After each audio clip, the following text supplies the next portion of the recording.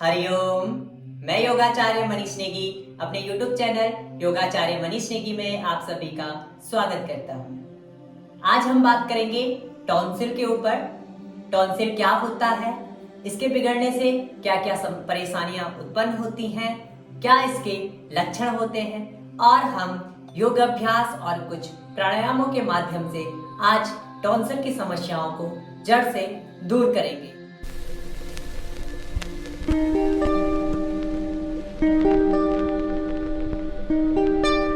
जो हमारा मुंह होता है उसके पीछे दो नलिकाएं होती हैं। एक नलिका जिसके माध्यम से हम सांस लेते हैं और दूसरी नलिका जिसके माध्यम से हम खाए हुए भोजन को निगलते हैं। दोनों नलिकाएं आपस में मिली हुई होती हैं जिसे हम बोलते हैं फेरिंगस।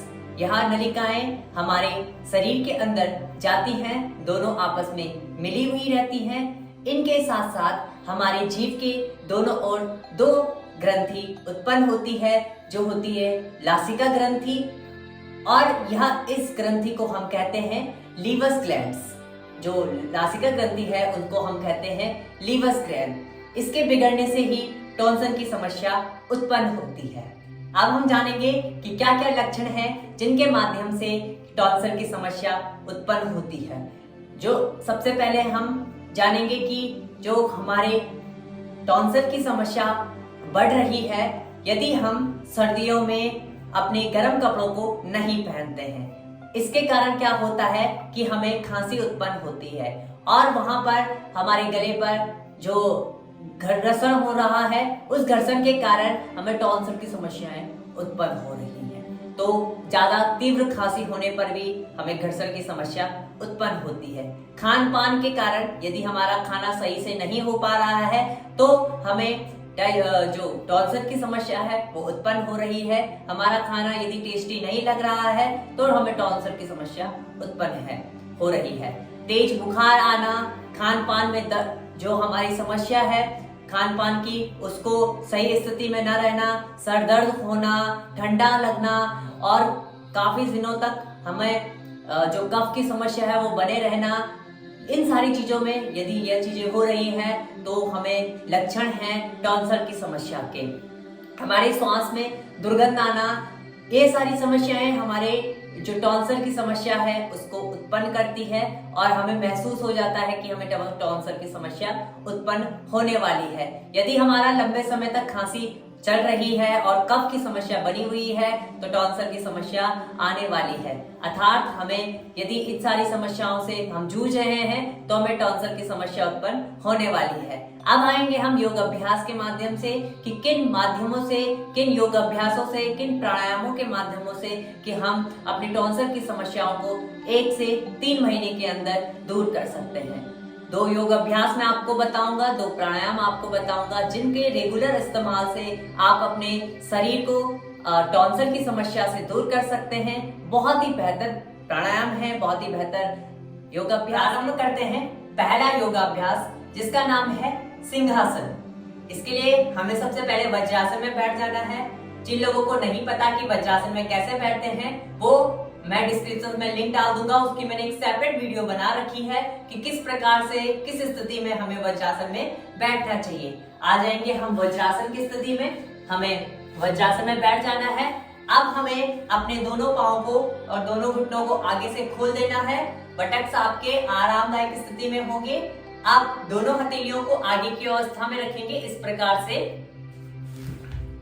यो, आपको मेरा पूरा पोस्चर दिख रहा होगा। यो, आपको थोड़ा आगे की ओर प्रेस करना है अपने अपर बॉडी को, ऊपरी शरीर को, और अपनी जीभ को बाहर निकालना है।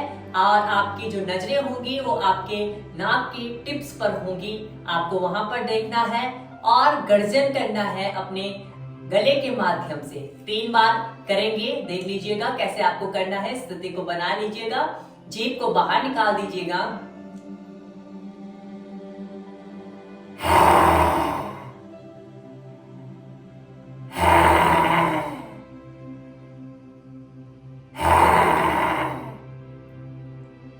इस प्रकार से आपको करना है सिंहासन। यह बहुत ही बेहतर अभ्यास है। इसके माध्यम से हमारी जो टॉन्सिल की समस्या है वो दूर होती है, क्योंकि यह हमारे गले को घर्षण करता है और घर्षण करने के माध्यम से जो टॉन्सिल उत्पन्न हुआ है वो धीरे धीरे कम होता है। एक बार मैं और आपको 3 बार करके दिखाता हूँ। आपको नियमित इसे 3 से 5 सेट करने हैं। 3-3 के 5 सेट आप कर सकते हैं। और जब आपका समय बढ़ जाता है योग अभ्यास के दौरान, तो आपको अपने समय को बढ़ा देना है, अपने सेट की क्रिया को बढ़ा देना है। आप 10 बार भी कर सकते हैं, 15 बार भी कर सकते हैं, जैसे आपको धीरे धीरे आदत हो जाएगी। फिर से आप देख लीजिए कैसे मैं कर रहा हूँ। अपनी आंखों को, अपनी नजरों को आपको अपने नाक के टिप्स पर रखना है, जीभ को बाहर निकालना है।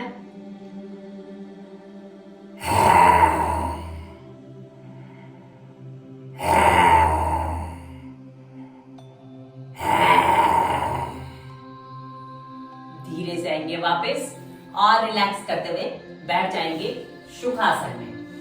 अगला आसन करना है त्रिकोण आसना। यह भी हमारे टॉन्सिल की समस्या को दूर करता है, क्योंकि जब हम फॉरवर्ड करते हैं तो हमारा शरीर और हमारी बॉडी पूरी नीचे की ओर झुकती है और हमारे गले में घर्षण उत्पन्न होता है, हमारी बॉडी में घर्षण उत्पन्न होता है। तो जो टॉन्सिल की समस्या है वो दूर होती है। धीरे से आपको दोनों पांव को खोल देना है, अपनी क्षमता अनुसार, अपनी बॉडी के अकॉर्डिंग, ज्यादा आपको नहीं खोलना है। दोनों हाथों को खोल दीजिएगा। राइट हैंड को लेफ्ट लेग पर टच करेंगे और लेफ्ट हैंड को राइट लेग पर टच करेंगे। कंटिन्यूस को आपको करना है 20 बार इस प्रकार से। 1 2 3 4 5 6 7 8 9 10 11 12 13 14 15 16 17 18 19 20। एक साइड होल्ड कर लीजिएगा और ऊपर की ओर देखिएगा। अपने मिडिल फिंगर को कुछ सेकंड यहाँ पर होल्ड कर लीजिएगा और धीरे से साइड चेंज करते हुए दूसरी साइड के लिए यहाँ पर भी आपको कुछ सेकंड होल्ड कर लेना है। और जब यहाँ पर आप होल्ड कर लेंगे तो धीरे से आपको वापस आ जाना है और रिलैक्स करते हुए सम स्थिति में आ जाना। अभी हमने किए 2 योग अभ्यास जो हमारे टॉन्सिल की समस्या के लिए बहुत ही लाभदायक हैं। अब हम करेंगे 2 योग प्राणायाम जो हमारे लिए बहुत ही इंपॉर्टेंट है हमारे टॉन्सिल की समस्या को दूर करने के लिए। पहला प्राणायाम है उज्जाई प्राणायाम। किस प्रकार से इसे करते हैं? बैठेंगे सुखासन में आरामदायक स्थिति में। आपको अपने गले को संकुचित करना है, अंदर की ओर सिकोड़ कर रखना है और गले से आवाज निकालनी है एक्सेल करते हुए। नॉर्मल ब्रीथिंग में रखेंगे। दोनों हाथों को ज्ञान मुद्रा में रख लीजिए। आंखें बंद करते हुए पहले एक लंबा गहरा सांस लीजिए और लंबा ही गहरा प्रश्वास कीजिए।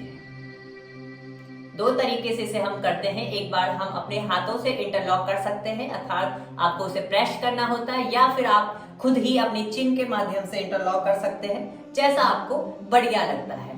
प्राणायाम जो स्टार्ट करेंगे उज्जाई प्राणायाम। आंखें बंद करते हुए लंबा गहरा सांस लेंगे और अपनी चिन को इंटरलॉक करते हुए आपको गले से आवाज निकालनी है। जो आपके टॉन्सिल की समस्या होती है उसको दूर किया जा सकता है इस प्राणायाम के माध्यम से।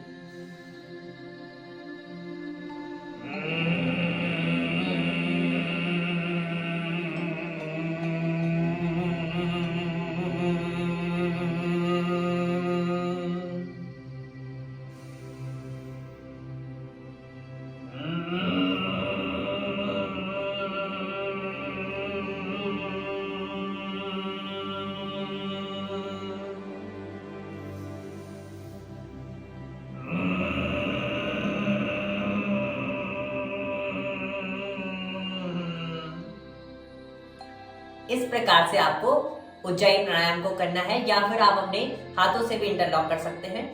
इंटरलॉक अर्थात आपको अपनी चिन को होल्ड कर लेना होता है, अपने गले को सिकोड़ लेना होता है, जिससे कि आपकी जो आवाज आए वो आपके गले से आए और जो घर्षण अच्छे से आपके गले पर हो, जिससे कि जो टॉन्सिल की समस्या है वो आपकी दूर हो जाए। दूसरा प्राणायाम है शीतली प्राणायाम। इसकी मैंने वीडियो बहुत अच्छे तरीके से आपको समझा रखा है वीडियो के माध्यम से कि किस किस प्रकार से इस शीतली प्राणायाम को करते हैं। एक एक पॉइंट मैंने वहां पर बताए हुए हैं क्योंकि कई लोगों ने मुझे कमेंट्स किया था कि सर हमारी जीभ बहुत छोटी है, रोल नहीं होती है, तो कैसे हम इसे किया कर सकते हैं। तो बहुत ही आपको आसान तरीके से मैंने उस पर बताया है वीडियो के माध्यम से। जो लोग रोल नहीं कर पाते अपनी जीभ को, वो किस प्रकार से शीतली प्राणायाम को करेंगे। तो जिन लोगों को टॉन्सिल की समस्या है वो अवश्य ही मैं डिस्क्रिप्शन में लिंक डाल दूंगा, लिंक के माध्यम से शीतली प्राणायाम की वीडियो को जरूर देखें। अपने जो जीवा है उसे रोल करेंगे अंदर की ओर, एक वायु कुपिका की ओर हमें रोल करना है। जैसे पाइपलाइन होती है वैसे ही हमें रोल करना है अपनी जीभ को, और इनहेल करना है जीभ के माध्यम से और नासिका के माध्यम से एक्सहेल करना है। यह भी हमारे टॉन्सिल की समस्या को दूर करती है, क्योंकि जब हम फोर्स से सांस लेते हैं तो वो घर्षण करती है हमारे गले पर, और जो टॉन्सिल की समस्या है वो धीरे धीरे कम होती है। देख लीजिए कैसे करते हैं। दोनों हाथों से ज्ञान मुद्रा बना लीजिए, जीभ को बाहर निकालें,